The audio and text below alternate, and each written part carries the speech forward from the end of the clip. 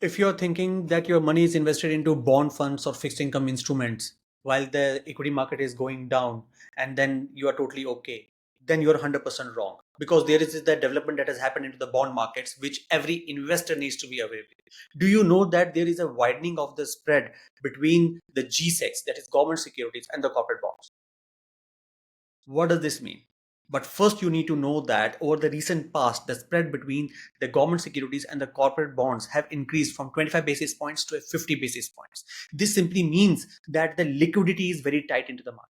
So what does this mean? Liquidity is very tight into the market. That means in the banking space, banking system, there is a liquidity crunch, which actually means that banks and NBFCs need money, and the institutions which have to issue bonds, they are issuing very low number of bonds or the less number of bonds from the average, due to which the existing bonds are become pricey. So therefore the banks and NBFCs have to take bonds at a very high premium, because they also have to adjust the risk premiums into it, and therefore there is a liquidity crisis, or you can say the dearth into the market. So what are the three reasons that has led to this scenario? First, the banking system is running into a liquidity deficit.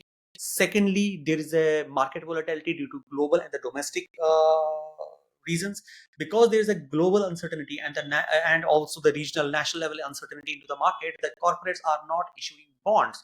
Because the bonds are not being issued, there's a less number of bonds into the market being chased by the money, due to which the short-term bonds yields have gone up, and then this has resulted into the third point, that is the yield curve inversion. That means short-term bonds are technically giving you more returns than the long-term bonds, which actually should not be the case. For a very good and healthy economy, your long-term interest rate should always be higher than your short-term investments. So therefore, we also anticipate and expect the RBI to intervene and to reduce the rate of interest. Now, the moot question here is, when all these things are happening into the bond market, what as an investor you should do? So we will be talking about two sections. One will be the actionable steps for the investors, and the second will be the what portfolio actions can we do. When we talk about the main actionable steps, first and foremost, if you prefer safety over returns and you want your portfolio to be stable, you can go for government securities as a part of your bond portfolio. One thing.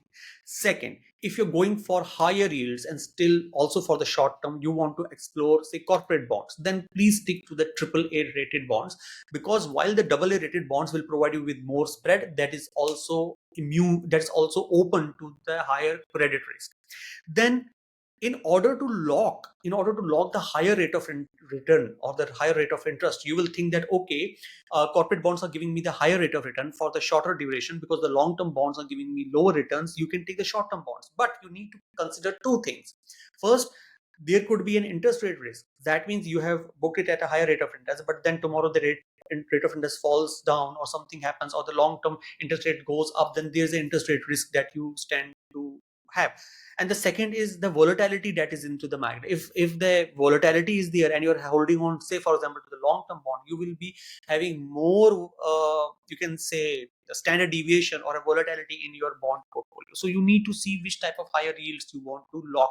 Either you want to lock the yields high now, or you want to take benefit from the falling interest rate. So that is the element you need to be aware about. Then you also have to see what could be the RBI monetary policy. You might have taken X bond, you might have taken G-SECs, or you would have taken corporate bonds. Whichever bond you would have taken, and there is already a crisis into the market, debt market, because of the 2 lakh crore deficit, the RBI might start taking actions or intervening into the bond market. If that happens, then as an investor, what should happen to your bond holdings? Because the yields will keep on swinging. So that also you need to be aware of. You should technically avoid all low rated bonds, because there is a risk of default there also imminent. And also, in case you want a professional portfolio management, or you want your fixed income portfolio to be managed through bond routes and not through secondary bonds. So suppose आप कहते हैं कि I don't need to invest in bonds on my own into the secondary market, but let me go through a mutual fund route, then dynamic bonds are one element that you can still consider. Reason being, dynamic bonds are the ones in which the yields, maturity, interest rate, whatever the fluctuations happen, the professional manager takes his own call. No, these are the individual steps that I have told you from the perspective of an investor that he has to. But now, if there are the three categories of investors: conservative, moderately aggressive, and aggressive. How they should look at their portfolio. There is no recommendations what I am saying here, but a general thumb rule I am going to present. If you're a conservative investor, you should have nearly 60 to 70% of your bond portfolio into the G6 securities, because you do not want to be caught into the crossfire into the bond market volatilities or corporate bond market for that matter. So 60 to 70% goes directly into the conservative, into the G6 for a conservative investor. But if you are moderately aggressive, you could have a mix of both. You could have still 40 to 50% into your what do we say that G6, and the rest 30 to 40% in your corporate bonds, and a couple of the percentage points for the liquidity saving. Then, if you're aggressive ones, you can go for a corporate bonds with a medium duration, but also please stay away from the low-rated bonds and those junk bonds for that matter. Go for high quality AAA rated to a medium extent, and try to spread and have a ladder strategy. So this is how you as an investor should do. So therefore, when we say that the news in the market has come, there's a widening of the spread between the G6 and the corporate bonds. It is not just a news.